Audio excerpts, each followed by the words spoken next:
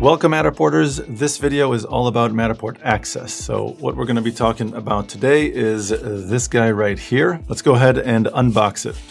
This is what you're going to get. And when you open it up, you're going to have a few things inside. You've got the motor mount, the arm clamp, a remote control, a 3/8 to 1/4 inch tripod adapter, and a USB charging cable, as well as the quick start guide.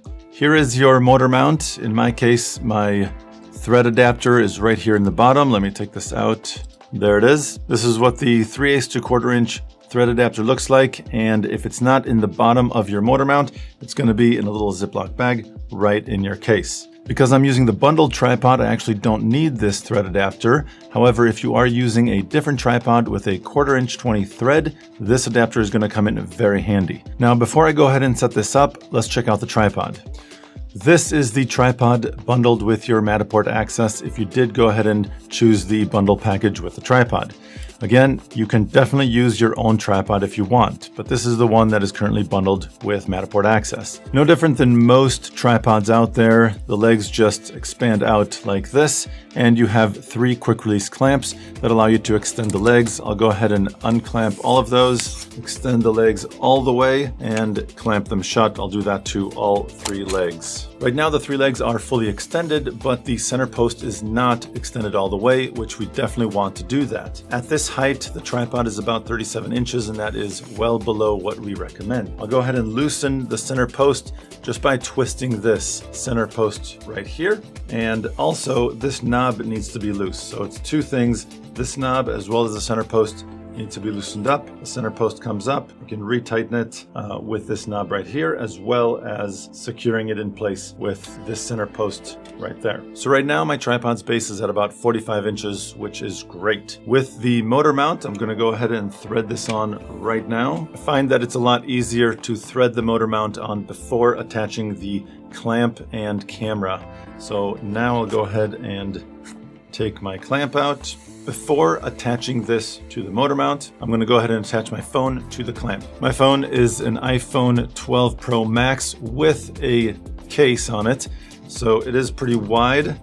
I need to go a little bit more. Before I go ahead and clamp this shut on my phone, tightening it into place, I want to make sure that my lens is properly aligned with the center of this horizontal pivot point. If you don't know which lens on your camera is the ultra-wide angle lens, or if you don't have an ultra-wide angle lens, it's just the normal lens that's going to be used by capture. But if you do have an ultra-wide angle lens, that's the lens that capture is going to be used. Again, if you're not sure which one of your lenses is the ultra-wide angle lens, you can go ahead, turn on capture, start a scan so that you can see what's going on through the lens, and just use your finger to cover each one of the lens until you find the one that's covered up. Pro tip, go ahead and clean the lens with a lens cloth after you've done that. In my case, the ultra-wide angle lens is this one right here. So I just need to make sure that this lens and the center of this pivot point are aligned. I just need to eyeball it. It doesn't have to be perfect, but as close as possible is definitely recommended. Now I've got the lens aligned with the horizontal pivot point, and I can go ahead and place the clamp into this unit here. You'll notice that there is a white arrow on the top of the motor mount and a ruler on the base of your clamp. And depending on your phone and whether you're using a case or not, that will determine what ruler marking is going to line up with the arrow. In order to find out, I'm looking to align the ultra-wide angle lens with the center of the motor mount. On this side, I have a dark gray arrow here. I also have this knob right there, and I'm basically going to try and eyeball this to see that they are pretty close. So right there looks pretty good. For anybody who wants to get this extremely precise, I do have some tips on how to do that, and I'll get to that at the very, very end of the video. Now, with the phone connected to the arm clamp that is connected to the motor mount that is connected to my tripod, I've got my lens height at 54.5 inches, which is just short of the recommended 55 inches. That is perfectly fine. No one will ever notice that half-inch difference. So this little compact tripod really does do a great job at setting your camera lens at an appropriate height for capturing your digital twin for many, many different use cases. So now I have properly aligned the ultra-wide-angle lens with the horizontal and vertical axes, and I can go ahead and turn it on. Right here in the front are 4 little LED lights that give me a rough estimate of what the battery level is for Matterport Axis. Now it is simply a matter of turning on my phone and accessing Matterport Capture. Press the plus sign down here in the bottom to create a new model. Now my phone automatically recognized Matterport Axis, so you can see down here in the bottom in the camera button, it says iPhone plus Access. In order to use the remote control, it's just a long press on the capture button in the middle. Hold that down, and after about a second, you'll see the blue light come on. And now you can see that the camera button says iPhone plus Access plus remote, and I know that all the devices are talking to one another. You can also see in the top left corner that it says Access at 86% battery, and the remote is at 33% battery. This remote does use a very simple watch battery. It's easy enough to just take the bottom right off and access the battery that way. Now I'm basically ready to scan. That's all there is to it. So I'll go ahead and press the remote button, and initially it'll say get started. It's just the first time that I'm using this with this model, so I'll just hit get started.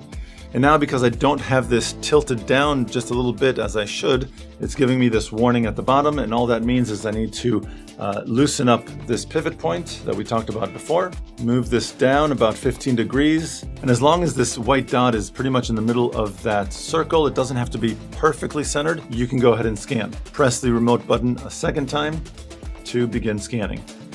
As you can see, setting up your iPhone with Matterport Axis is very, very simple, and it's really no different with your Android device. As long as you connect Matterport Axis through the Capture app on your Android device, you won't be required to enter a password. However, some Android devices, if you don't do that, if you connect through the Bluetooth settings in your Android device, you will be required to insert a password, and that is 8 zeros. So it's just the number 0 8 times in a row. Since you have this remote control, you can definitely go ahead and hide behind a corner when Matterport Axis is rotating, or you can go ahead and walk around the screen side of your phone. As with any other capture devices, however, anytime you are capturing, whether you're hiding around a corner or walking around the backside of the camera, look out for yourself in reflections. If you can see the camera can see you. But basically, that's really about it. Scanning with Matterport Axis is really no different than scanning with any other device.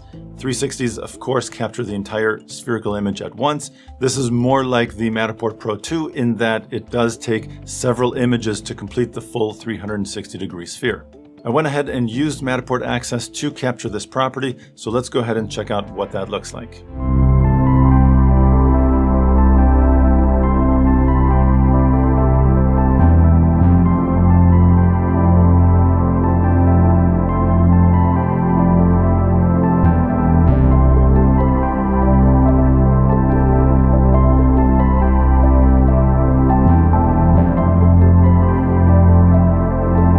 You can see in that clip just how easy it is to capture using your smartphone when you are using Matterport Axis. So much more easy and consistent than if you just use your smartphone alone. Let's go ahead and check out that model that I captured. You can see as I move around, the image quality is really quite good. I don't see nearly as many of the stitching artifacts, and that's thanks to the consistency of the rotation that Matterport Axis provides. I can also look back at the dollhouse and see that this looks like a great dollhouse and really a great model altogether. So that's really it. That is Matterport Axis. You can see how easy it is to set up and align your phone with the device itself, as well as the benefits that using Matterport Axis provides you. For anybody using smartphone capture, this is a great companion device. It truly allows you to scan a lot faster, a lot more precise, and with a lot less fatigue than you would without using it at all. Not only that, the image quality of your digital twin is going to be really stunning because after all, you are using your phone's camera. If you do have any more questions about Matterport Axis, check out our FAQ at support.matterport.com.